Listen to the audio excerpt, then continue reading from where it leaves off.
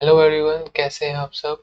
आज हम जो चैप्टर पढ़ने वाले हैं वो बहुत ही इम्पोर्टेंट चैप्टर है आपके एग्जाम्स के लिए। तो जो चैप्टर का नाम है वो हम जो पहली बात तो सब्जेक्ट जो पढ़ेंगे वो है मैथ्स। और कौन सी क्लास के लिए ये वीडियो होगा?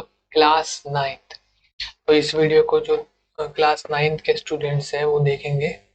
और जो हम चैप्टर पढ़ने वाले हैं वो है हमारा एनसीईआरटी बुक का एनसीईआरटी बुक का चैप्टर नंबर 2। जो आपको पता है कि क्या नाम है उसका? पॉलिनोमियल्स। तो इस चैप्टर को आज हम पढ़ेंगे। इसमें जो कुछ भी वह इम्पोर्टेंट है इस चैप्टर में जानने के लिए वो सीखेंगे। इस ये वीडियो जो है बेसिक, इसका पॉलिनोमियल्स का सारा बेसिक का वीडियो रहेगा। बाकी जो इसके एक्सरसाइज और क्वेश्चंस हैं वो इस वीडियो के बेसिक को सीखने के बाद आप कर पाएंगे। लेकिन इसके नेक्स्ट वीडियो में हम इसकी एक्सरसाइजेस भी करेंगे। तो इसमें सबसे पहले जो हम टॉपिक्स कवर करेंगे वो कौन कौन से टॉपिक्स होंगे बेसिक में। सबसे पहले हम जानेंगे कि पॉलिनोमियल्स होता क्या है। सबसे पहले तो यही जानना पड़ेगा जो चैप्टर जो हम पढ़ रहे हैं कि पॉलिनोमियल्स होता क्या है। दूसरी चीज हम देखेंगे डिग्री ऑफ द पॉलिनोमियल्स, कि पॉलिनोमियल्स की डिग्री ऑफ द पॉलिनोमियल्स क्या होता है, जो ये टॉपिक सेकंड टॉपिक रहेगा हमारा। फिर हम देखेंगे कि classification of the polynomials. Polynomials का क्लासिफिकेशन मतलब उसको बांटा किन बेसिस पे जाता है, हम किन बेसिस पे किस आधार पे पॉलिनोमियल्स का बंटवारा करते हैं, बांटते हैं, क्लासिफाई करते हैं। चौथी चीज हम इसमें देखेंगे what are the zeros of the polynomials. Zeros of the polynomials क्या होता है। फिफ्थ हम देखेंगे रिमाइंडर थ्योरम। फिफ्थ हम क्या देखेंगे? Remainder theorem. तो जो ये 5 टॉपिक है हम ये बेसिक पॉलिनोमियल्स की बेसिक वीडियो में हम इनके बारे में पढ़ेंगे। तो इनमें से आपके मोस्टली क्वेश्चंस हो जाएंगे जो आपके एनसीईआरटी में है। और अगर कोई एक दो टॉपिक है इस चैप्टर में जो इस वीडियो में नहीं है, तो जब हम एक एक एक्सरसाइज करेंगे या एक वीडियो में 2 एक्सरसाइज करेंगे उसमें इसको सीखते हुए भी चलेंगे, दोबारा से रिवीजन भी हो जाएगा। तो फिलहाल के लिए हम स्टार्ट करते हैं इंट्रोडक्शन से। इंट्रोडक्शन में सबसे पहले हमें एक चीज जाननी है कि एल्जेब्रिक एक्सप्रेशन क्या होता है। जैसे कि आप यहाँ पे लिखा हुआ देख रहे हैं स्क्रीन पे, एल्जेब्रिक एक्सप्रेशन। एल्जेब्रिक एक्सप्रेशन होता क्या है? तो एल्जेब्रिक एक्सप्रेशन होता है कि एल्जेब्रा को एक तरह से एक्सप्रेस कैसे करा जाता है, यानी कि लिखा कैसे जाता है। तो combination of constant and variables connected by mathematical operations. Combinations of constant and variables connected by mathematical operations. Mathematical operations आपको पता होंगे, प्लस माइनस मल्टीप्लाई डिवाइड, ये होते हैं हमारे मैथमेटिकल ऑपरेशंस। ये कांस्टेंट कांस्टेंट एंड वेरिएबल का क्या मतलब है? कांस्टेंट एंड वेरिएबल का क्या मतलब है? तो कांस्टेंट हमारा होता है जो चेंज चेंज नहीं होता। जो कांस्टेंट होता है स्थिर होता है। जो वैल्यू चेंज नहीं होती उसको हम बोलते हैं कांस्टेंट। वह नंबर जो चेंज नहीं होता वह क्या होता है? कांस्टेंट। और वेरिएबल एक ऐसा होता है मतलब जो चेंजेबल होता है, जिसकी वैल्यू चेंज करती है, वेरी करती है। वेरी का मतलब क्या होता है? चेंज करना, बदलाव होना, इसलिए इसको क्या बोलते हैं? वेरिएबल। समझे? जो इसकी वैल्यू है वो क्या करती है? चेंज हो सकती है। ठीक है, तो इसलिए हम इसको एक अल्फाबेट के उसमें एक्स वाई जेड की फॉर्म में वेरिएबल को लिखते हैं। ठीक है, अगर कोई वेरिएबल है हम उसको किन अल्फाबेट से शो कर सकते हैं? एक्स, वाई, जेड या कोई भी, एक्सेट्रा। ठीक है, और हमें अगर ये हो गया वेरिएबल की बात। और हमें कांस्टेंट मतलब वैल्यू नहीं पता है, तो हम उसको अगर एज अल्फाबेट्स के उसमें लिखना चाहते हैं तो हम उसको ए, बी, सी, ऐसे करके लिख सकते हैं। ठीक है, जैसे मान लीजिए मैंने एक कांस्टेंट लिया 3 और एक वेरिएबल लिया x, तो ये क्या बन गया, एक एल्जेब्रिक एक्सप्रेशन। ये भी एक एल्जेब्रिक एक्सप्रेशन है क्योंकि combination of constant and variable हो रहा है। वही मैंने लिख दिया 3x² प्लस 4x प्लस 2, ये भी क्या है, एक एल्जेब्रिक एक्सप्रेशन है। समझ रहे हैं, combination of constant and variable हो रहा है ना।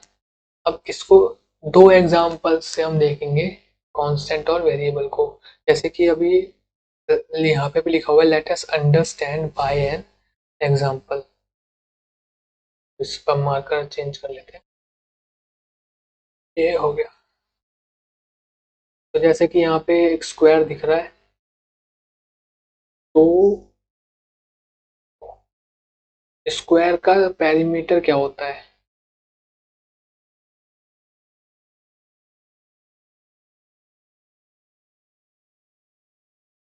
What is the perimeter of square, 4 into side. अगर हम साइड को x मान लें, ठीक है, 4 इंटू साइड, स्क्वायर की साइड्स कितनी होती है, 4। तो ये जो 4 है ये तो कांस्टेंट रहेगा, लेकिन जो ये साइड है ये कभी मान लो हमने 1 ले ली, 1 सेंटीमीटर या 1 मीटर, कुछ भी यूनिट ले सकते हैं, कुछ भी वैल्यू ले सकते हैं, तो ये चेंजेबल है ना, वेरिएबल है। तो इसलिए हम 4x, तो ये एक एल्जेब्रिक एक्सप्रेशन बन गया। ऐसे अगर एक और एग्जांपल ले ट्रायंगल का, तो ट्रायंगल जो होता है हमारा,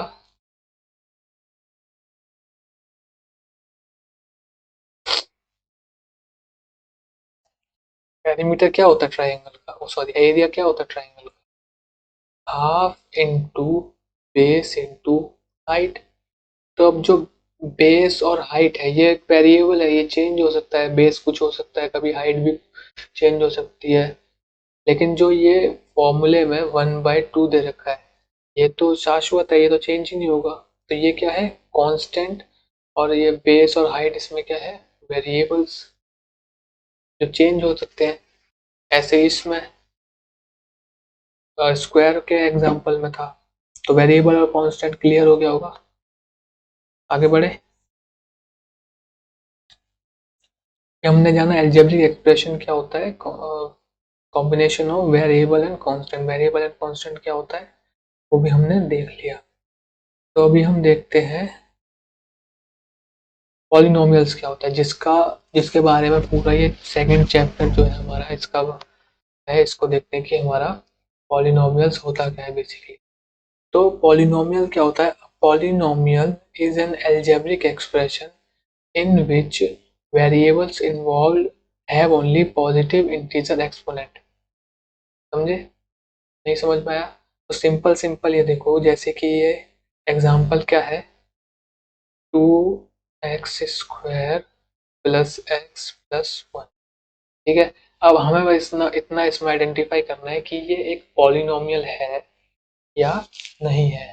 तो ये कैसे पता चलेगा, बस इतना समझ लो, जो इसका वेरिएबल है, जो इसका वेरिएबल है, इस इसका वेरिएबल क्या है, x, ये x, x, ठीक है। अगर जो x की पावर 0, 1, 2, 3 या सो ऑन इनमें से है, तो ये एक पॉलिनोमियल है। जैसे इसमें देखो x की पावर क्या है, 2, ठीक है, इसमें x की पावर क्या है, 1, यहाँ पे 1 है, यहाँ पे x की पावर क्या है, 0, क्योंकि जब किसी भी नंबर की या वेरिएबल की पावर 0 होगी तो वो किसके बराबर होगा, 1 के बराबर होगा, है ना। तो यहाँ पे क्या है, 0, वेरिएबल की पावर क्या है, x की पावर क्या है, 0।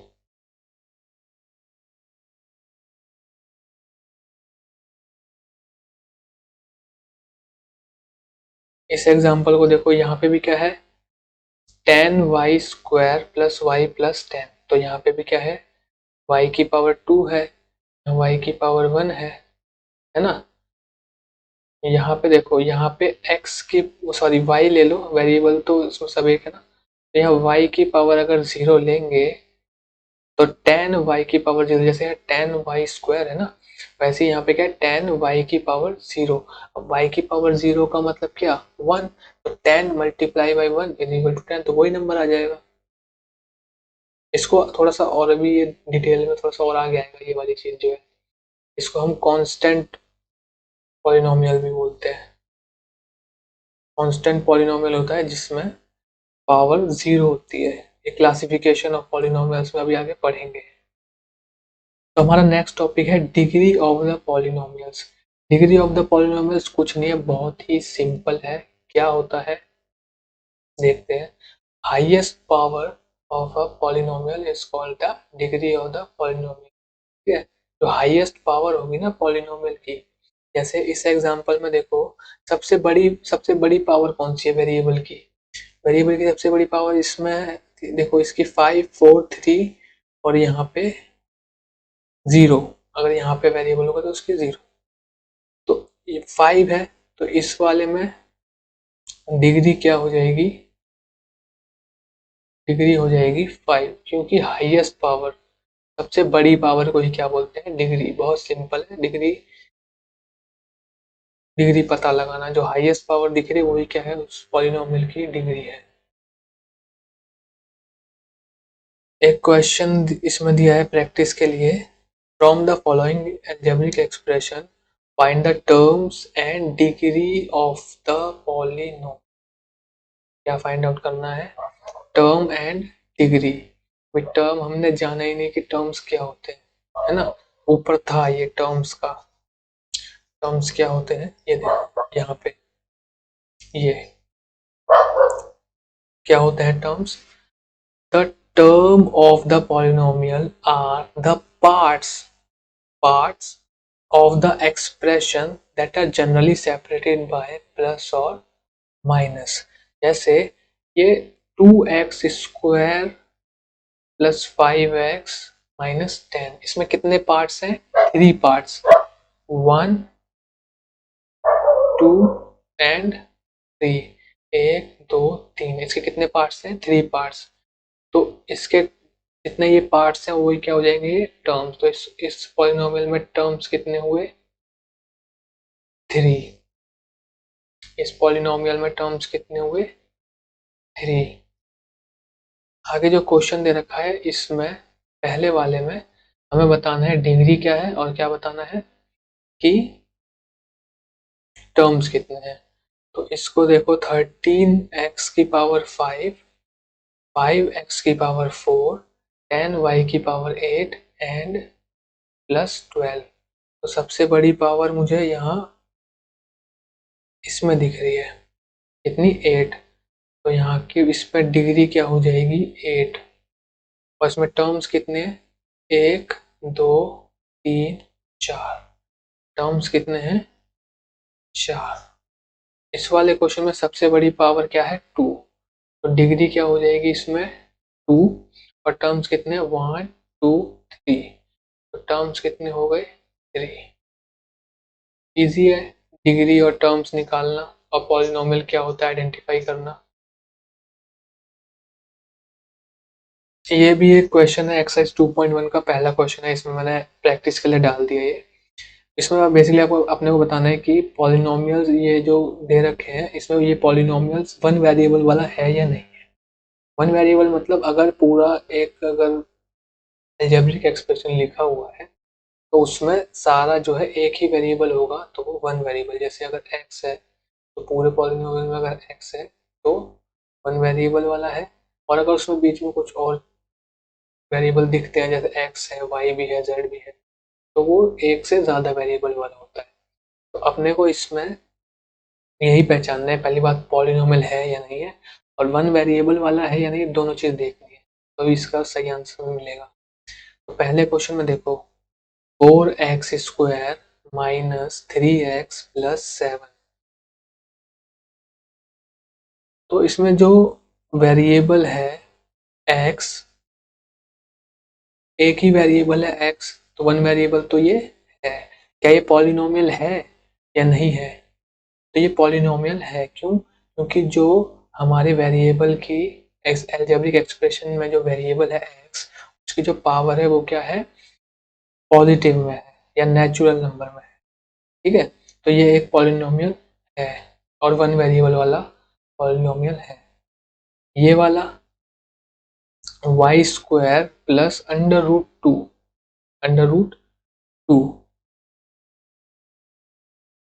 तो ये भी एक पॉलिनोमियल है। एक तो देखो इसमें एक ही वेरिएबल है y, और ये पॉलिनोमियल कैसे है, देखो इसकी इसके वेरिएबल की पावर क्या है 2। जैसे इसको थोड़ा सा यहाँ पे समझते हैं, देखो y square plus under root 2 है ना। तो यहाँ पे तो देखो पावर 2 है, तो अंडर रूट 2, देखो ये कांस्टेंट पे रूट है, कांस्टेंट से हमें कोई मतलब नहीं है, हमें मतलब किससे, वेरिएबल से। यहाँ वेरिएबल पॉजिटिव पावर है, इसका वेरिएबल क्या है अंडर रूट 2 का, इसका वेरिएबल है x की पावर 0, तो 0 भी हो सकती है, तो ये पॉलिनोमियल है। हमने पढ़ा था ना कि पावर 0 1 2 3 4 और सो ऑन हो, तो ये क्या होता है, पॉलिनोमियल होता है। तो पावर 2 और इसकी पावर 0, x की पावर 0 यानी कि 1, तो उस पर कोई फर्क नहीं पड़ेगा, तो ये एक पॉलिनोमियल है।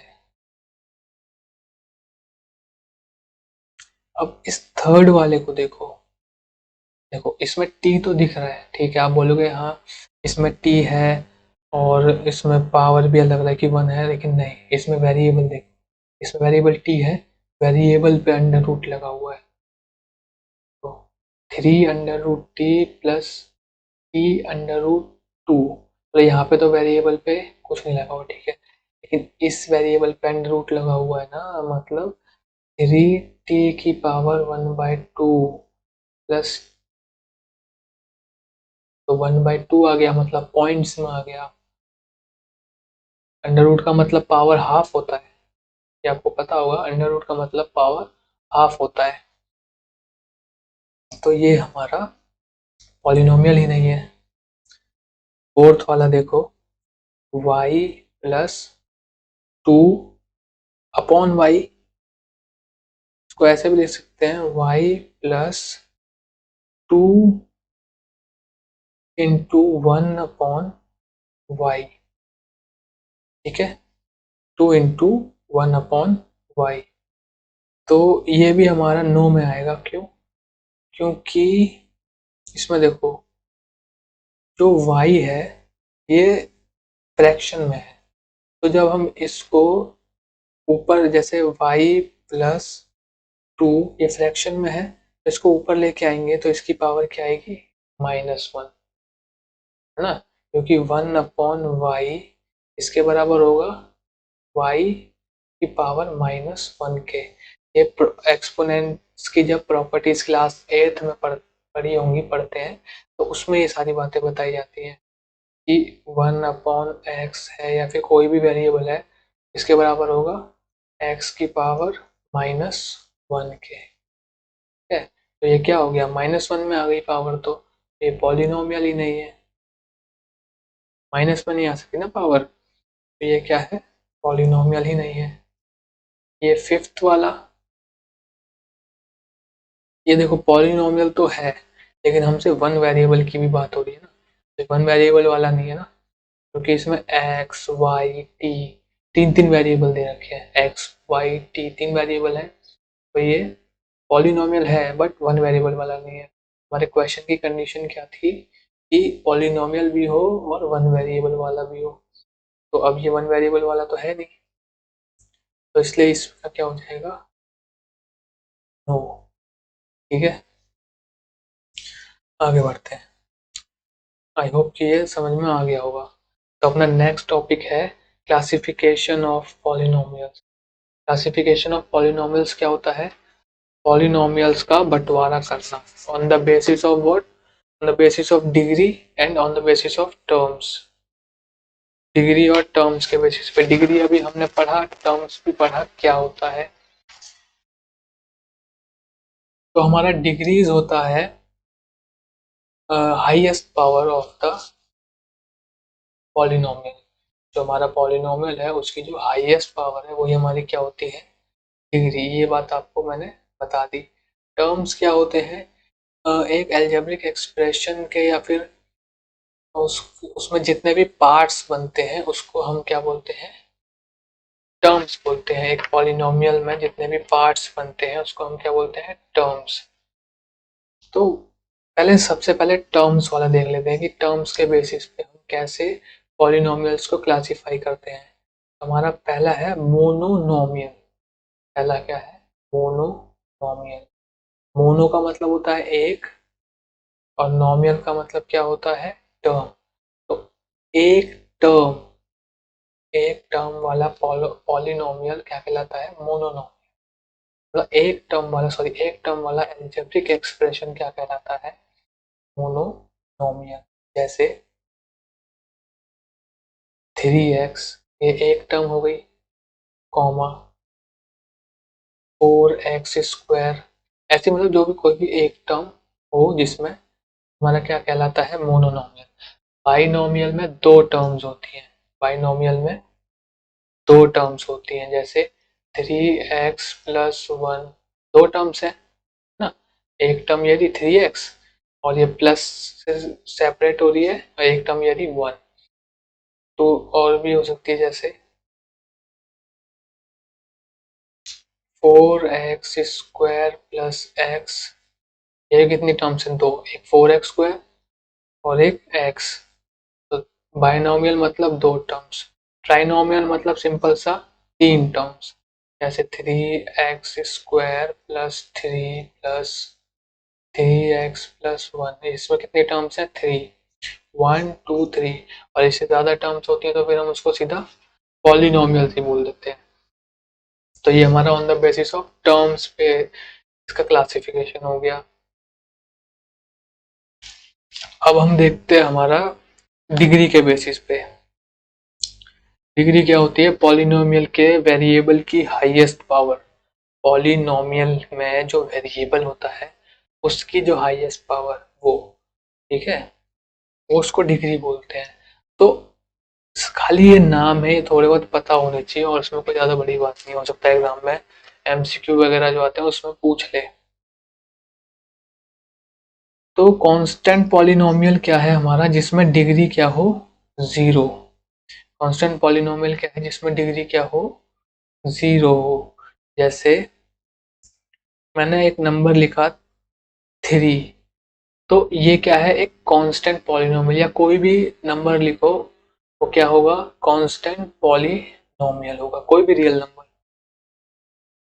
कैसे होगा? अब देखो, 3 × 1 = क्या होता है? 3 ही होता है।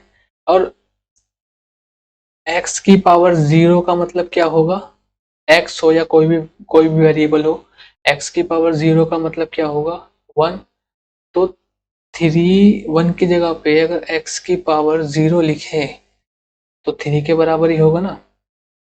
तो इसी वजह से इसमें जो वेरिएबल है 3 के साथ, उसकी पावर क्या है? 0। और उसकी जो वैल्यू बन रही है वो वही नंबर बन रही है जो हमने उसमें कांस्टेंट लिया था। तो जो ये कांस्टेंट नंबर है, इसको इसका जो ये जो पॉलिनोमियल बनता है, इसकी डिग्री क्या होती है? जीरो। इसके साथ जो वेरिएबल होता है उसको हम लिखते नहीं है, वो अंडरस्टूड होता है। क्यों? क्योंकि जो वेरिएबल की पावर जीरो का जो मान होता है वो 1 के बराबर होता है। किसी भी वेरिएबल की जब पावर को 0 कर देते हैं तो उसका जो वैल्यू बनता है वो 1 के बराबर होता है। और 1 को जब हम उस रियल नंबर से मल्टीप्लाई करेंगे तो हमें वही नंबर मिलेगा।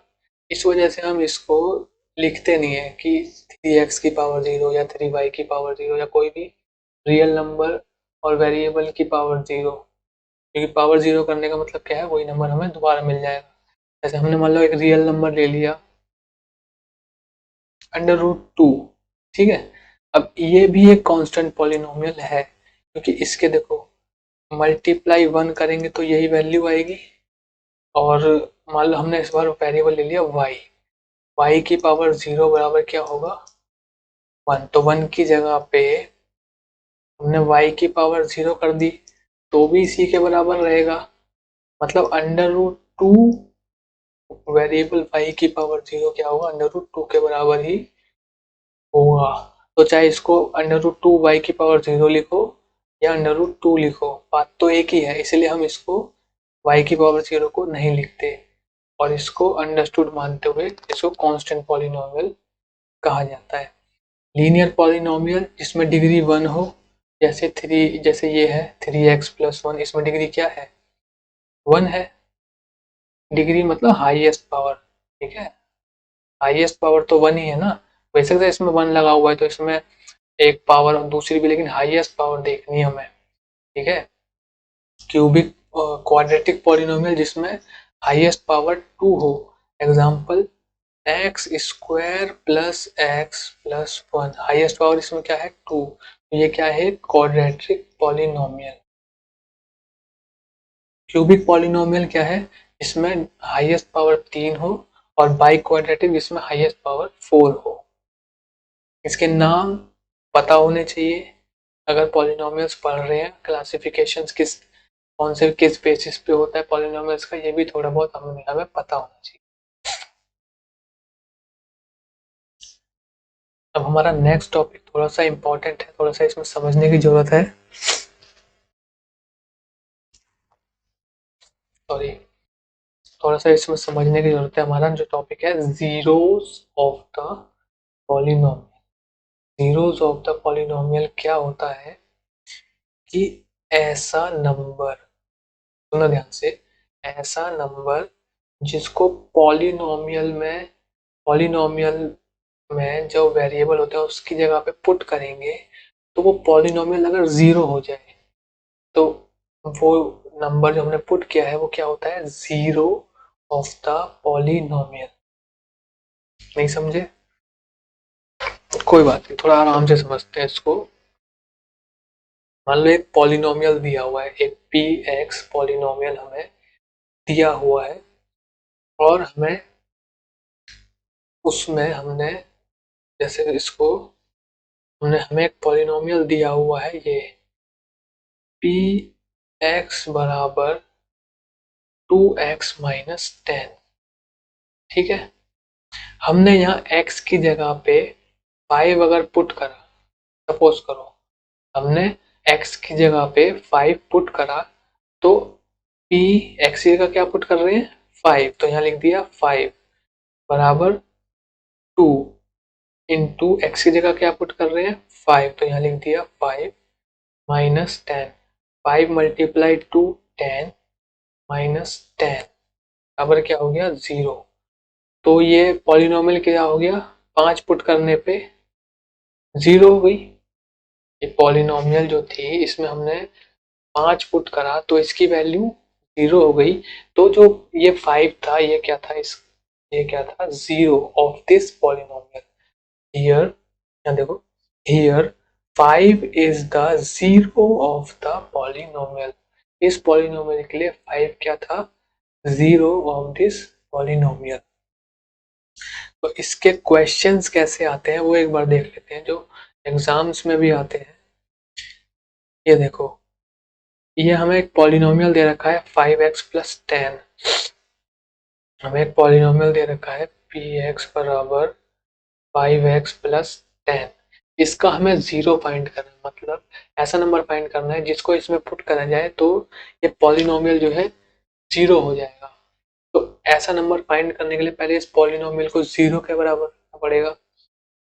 जब इसको जीरो के बराबर रखेंगे तभी तो हमें पता चलेगा ना वो कौन सा नंबर है जिससे ये जीरो के बराबर हो रहा है। एक्स की वैल्यू फाइंड करनी है इसमें हमें, तो हम पी एक्स पॉलिनोमियल को जीरो के बराबर रखेंगे, मतलब 5x+10 is equal to 0।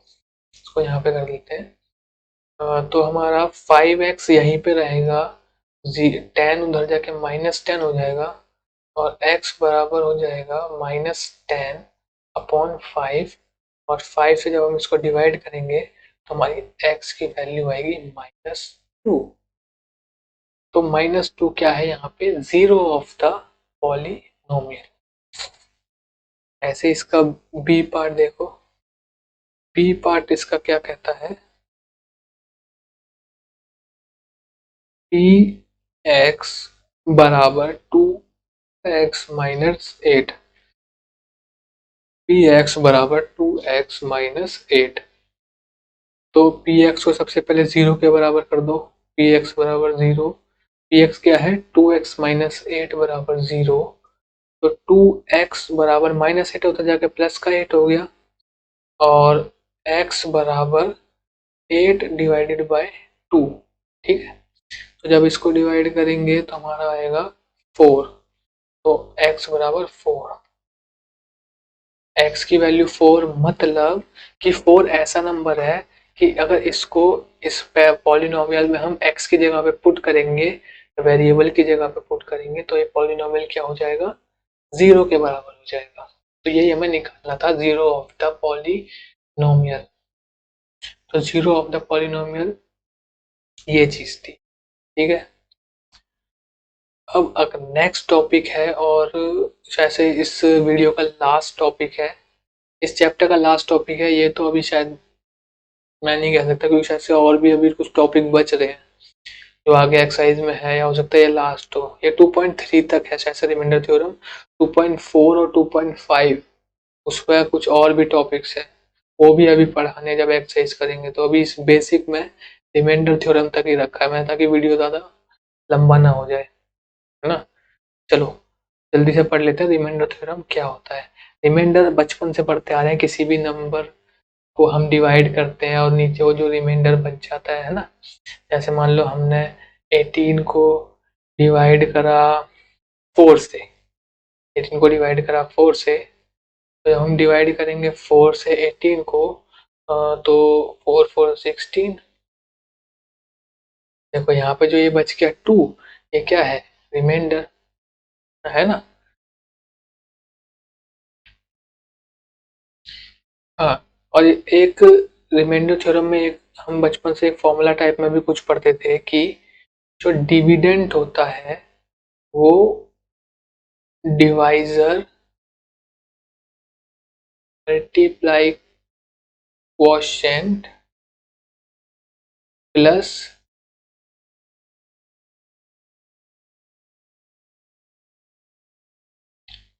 Reminder के होता है। मतलब डिविडेंड क्या है, ये 18, इसमें 18 क्या है, डिविडेंड। 18 बराबर डिवाइजर क्या है, जिससे डिवाइड किया है, यानी कि 4। क्वेश्चन क्या है, जो हमारा आंसर आया, यानी कि इसमें 4 प्लस रिमाइंडर। देखो ये इसके बराबर है, 4 मल्टीप्लाई 4 16 प्लस 2, 16 प्लस 2 18, तो इसके बराबर है।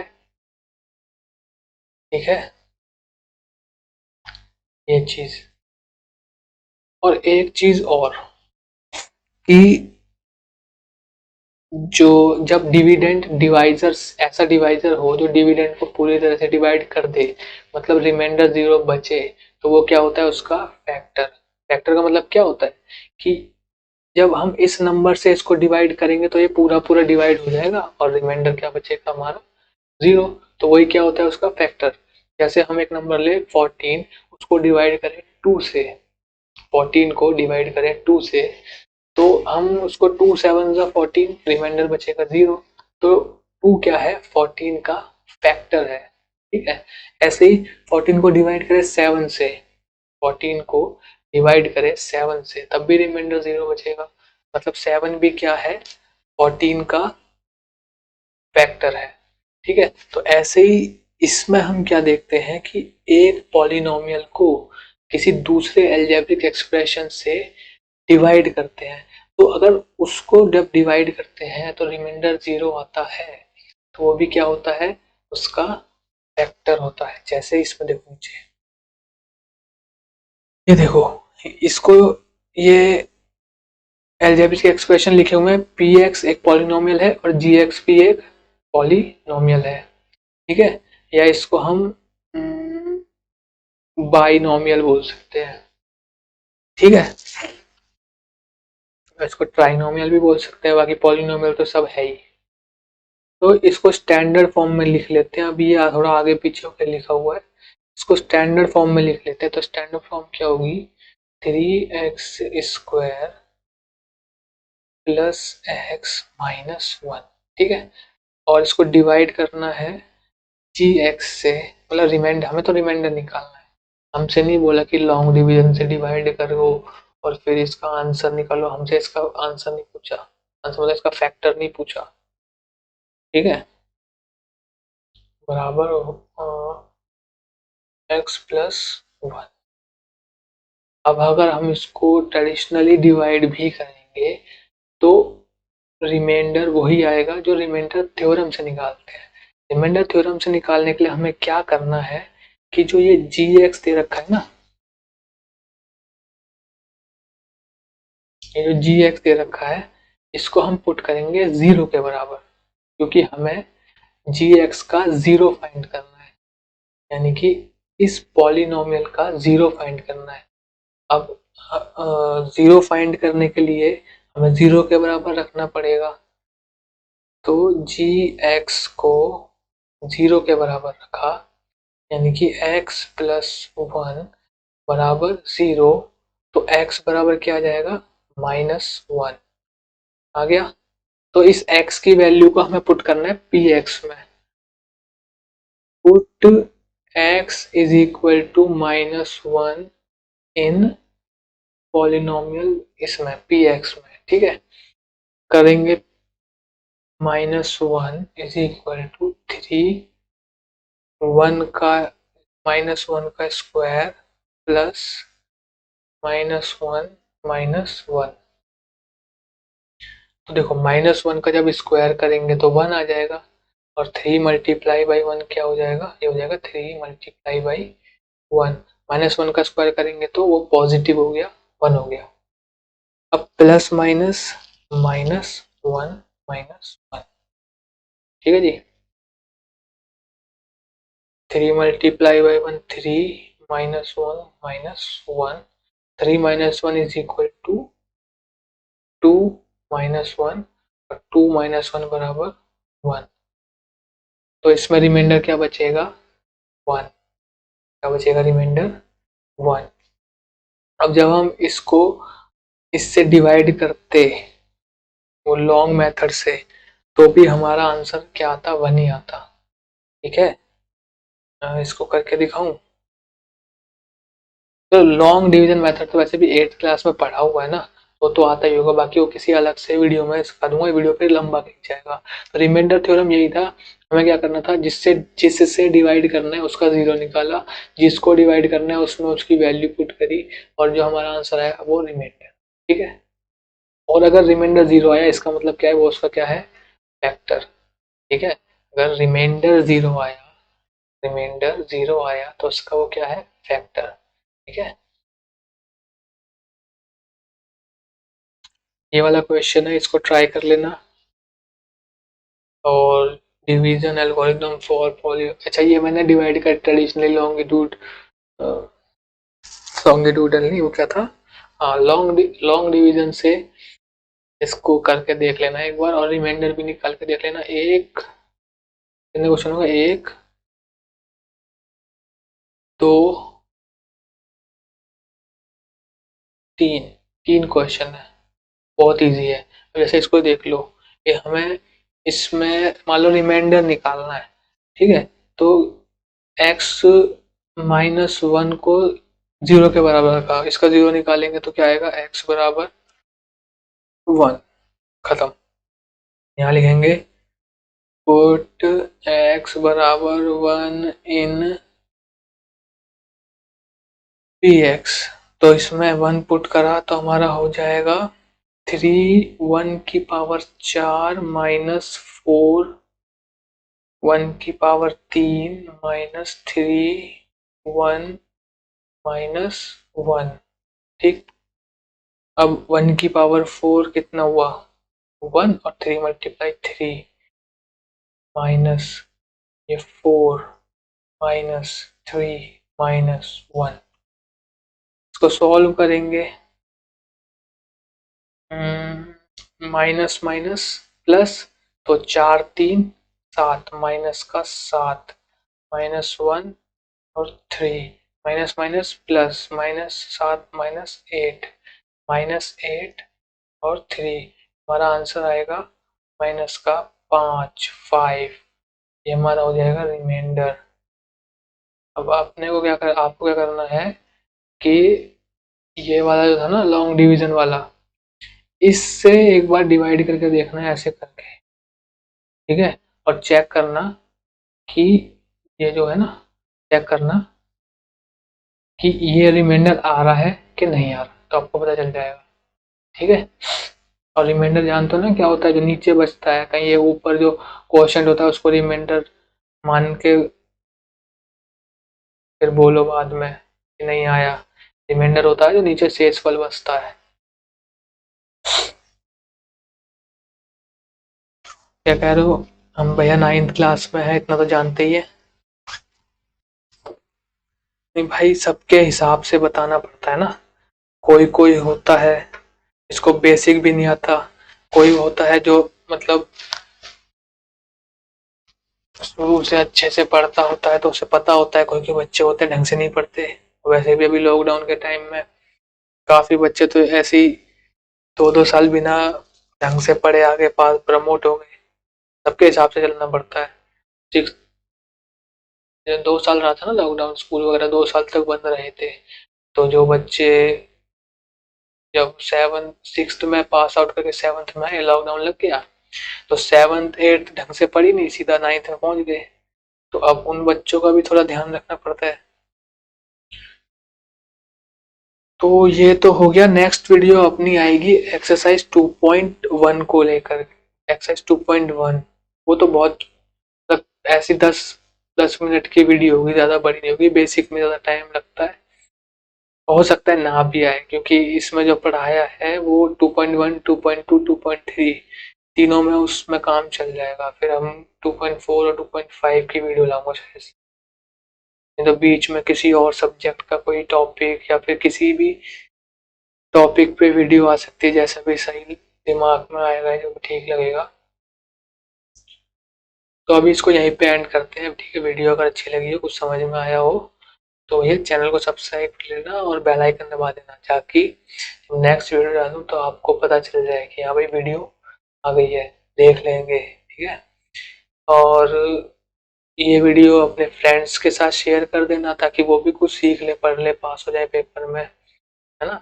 सेकंड टर्म में आएगा ये चैप्टर, जो अभी पे एग्जाम्स होंगे मार्च में। एंड और ठीक है, अगर पसंद आई हो तो लाइक भी कर देना, गुरु दक्षिणा दे जाना लाइक करके, ठीक है। चलो बंद करते हैं।